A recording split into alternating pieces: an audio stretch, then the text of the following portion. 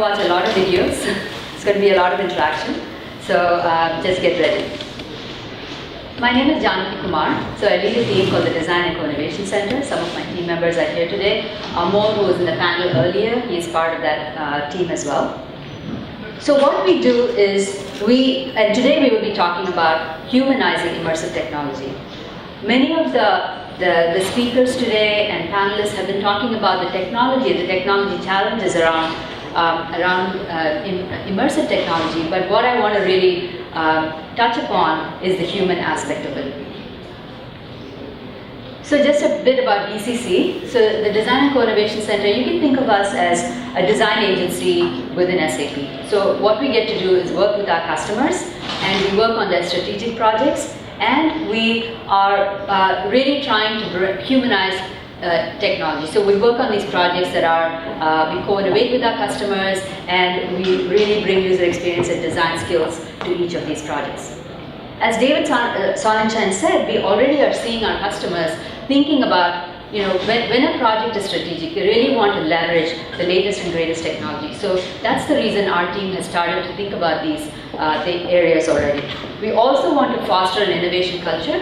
So, and this becomes part and parcel of our mission.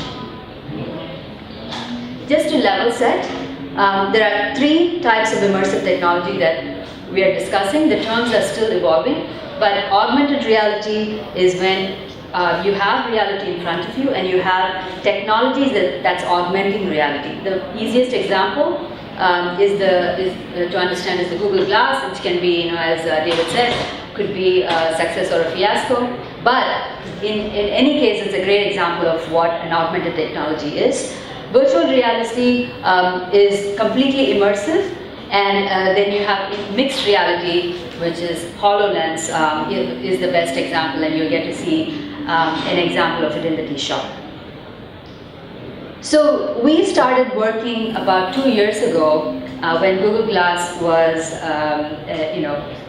still a new technology, and we had a developer who had knowledge about Google Glass. We had able to get one on the device, and we tried to think of use cases for this technology.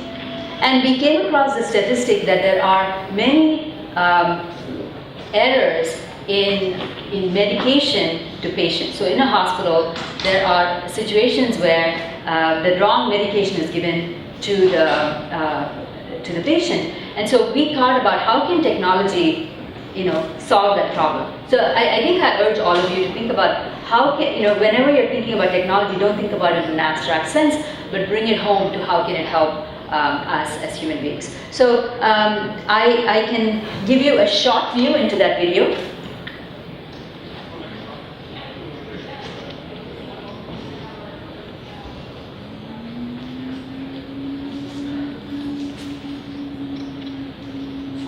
If we are able to.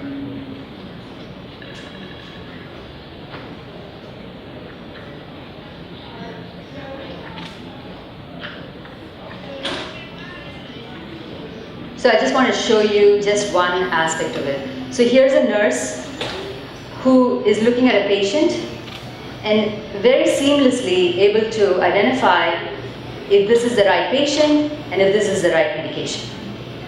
Right? And this is in fact the wrong medication. And that's just good enough for you to know that the patient and the doctor and the nurse had a very seamless interaction, but technology was helping remove the errors, potential errors.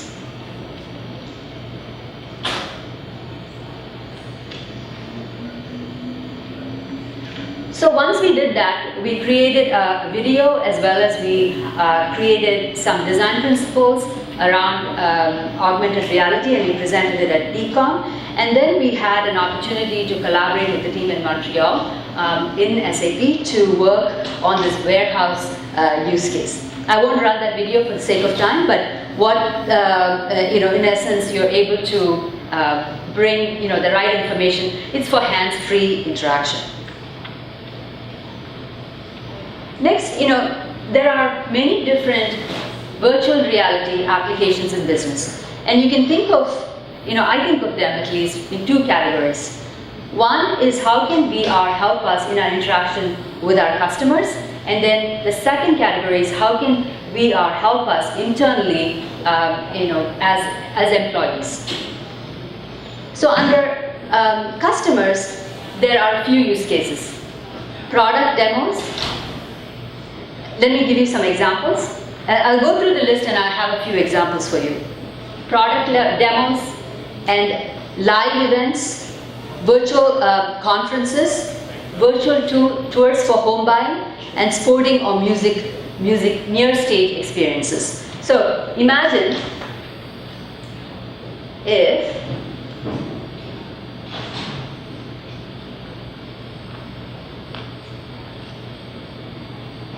you were able to see Steph Curry before a game. So here's a 360 camera placed courtside, and you could sell that experience as a closed sporting event. This is not very interesting right now, but potentially it could be. So you could also have, as Sam mentioned, let's say you had second row seats for Sapphire. That could be a way. Is it showing up?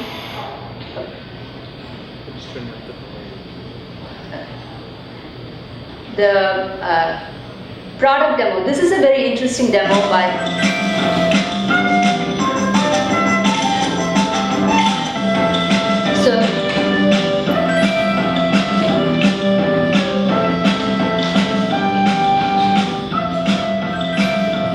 So a product demo where you're able to see the product in the space.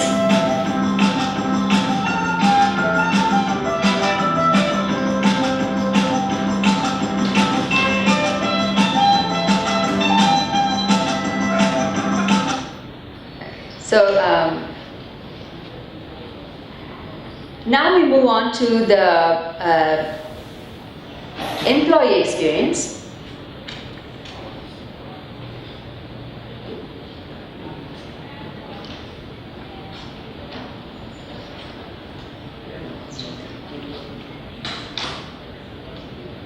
So employee onboarding, the design thinking virtual, the design thinking training that we created for our customers is an example of a training that it could be deployed for employees as well as for customers. And we have an employee onboarding video that we are working on, I think one of the University Alliances team, where if a new employee comes into SAP, they can have a tour of all the different SAP offices. And I wanted to show you how Airbnb has put an employee video on LinkedIn. This is a very cool video. It's a 360 video of the Airbnb offices, but you could pan around.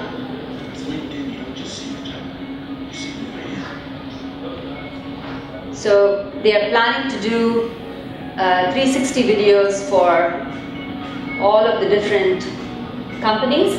So potentially SAP could have a video like this. This is Lisa Chan. I am a data science manager at Airbnb. I love running experiments, but it wasn't until I started here at Airbnb that I understood the power of members. So you could actually see the 360 view of their offices. My name is Surabhi Gupta, and I'm an engineering manager at Airbnb. So it's exciting coming to work every day, knowing that you're building a product yeah. that is truly changing the way people experience travel.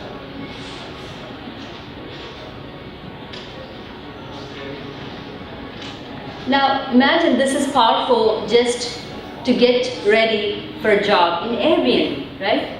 But imagine if you are in the army and you're going to be deployed to Afghanistan. How important is it for you to get acclimatized to the new environment? And how much more used to this environment would you be if you were going into such a remote location? So I think this kind of immersive experiences can be extremely powerful. And when we talked about the courtside experiences, you can be on your couch, very comfortable, wearing a VR device, and you could be right there in a Beyonce music, or you could be experiencing Steph Curry. So those are the potential uses in business for VR. But I want to talk about challenges and considerations as well.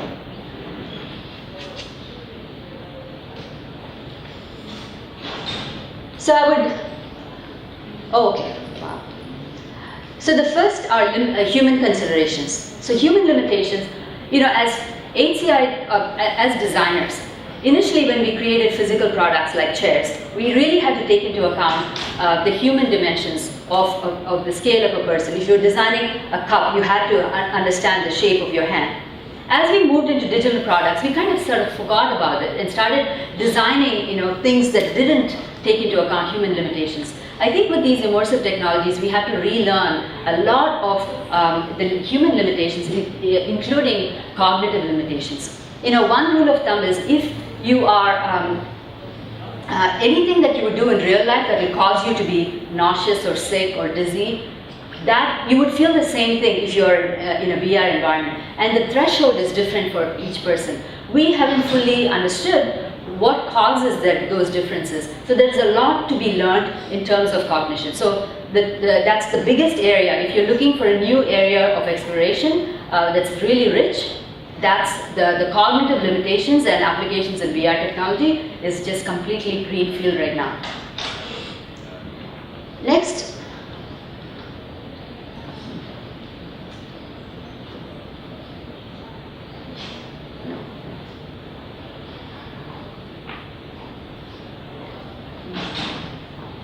Next is new development skills. So we are so used to developing for 3D environments, but we are the type of development skills that are needed to develop in this new VR are the number of people who can do it are very limited. So even if we have great use cases, we are going to be limited by those development skills. So if you're a developer and technically savvy, why should you care? You may be in short supply. That's why you should care. 2D to 3D. Many of them mentioned the Unity operating system, which is really a 2D operating system that is hacked for 3D. So it is, in fact, sometimes there are these stitches or just distortions, which may seem minor, but when you are in an immersive environment, that can cause even more discomfort. So I think we are still hacking our way into much more 3D environments. And finally, bandwidth limitations. How exciting it is to say, oh, I can have second row seats to a concert, but if the bandwidth to your home is not good enough, you're going to have all this lagging delay. So unless we have the bandwidth issues figured out, we are not there yet. But still, I think as long as we take these considerations, really the future is rich. Don't worry about the demo. The demo is in the D shop. We have the design thinking demo. Yeah. Watching it on TV, on my high-def 4K TV, is so much better. Yeah. As Amol said, it's 4K maybe, but it's 360. It's distributed around a larger surface area, so it gets low rated. It almost seems like we're quite a ways away from that being something that people will say, I prefer doing this. Not just because of the bandwidth, but because of the infrastructure. But I really think that there's an acceleration happening in technology. Yeah. So I think if you truly dream it, you can build it. Yeah. So me personally, I think if the use cases are strong enough, I think the technology will catch up very quickly. I think the thing that we have to care about from a design perspective, as designers, is really address the human limitations aspect. Cognitively, we really don't know enough. We don't know enough. And so then, you can restrain the unbridled enthusiasm of technologists and business folks. Any other questions? So, right here you outlined that there's a lot of new challenges and skill sets that you need when designing for these new technologies. Organizationally, how do you make sure that you have the skills to meet all of these challenges? I know, it's a chicken and egg thing, right? So that's why we really encourage people to try things out on their own. Playing is the best form of learning, and so there is no, unless we can play catch up all we want, but I think what we're doing with the D shop is phenomenal. We have all these new technologies. They're investing. SAP is doing a great job investing in these technologies, allowing the employees to go and get familiar with these technologies. I don't see any other way. And once it gets more mainstream adoption, then we can have more formalized training programs and so on. But we are a little bit further up front from that. Okay, great. Thank you so much for your time.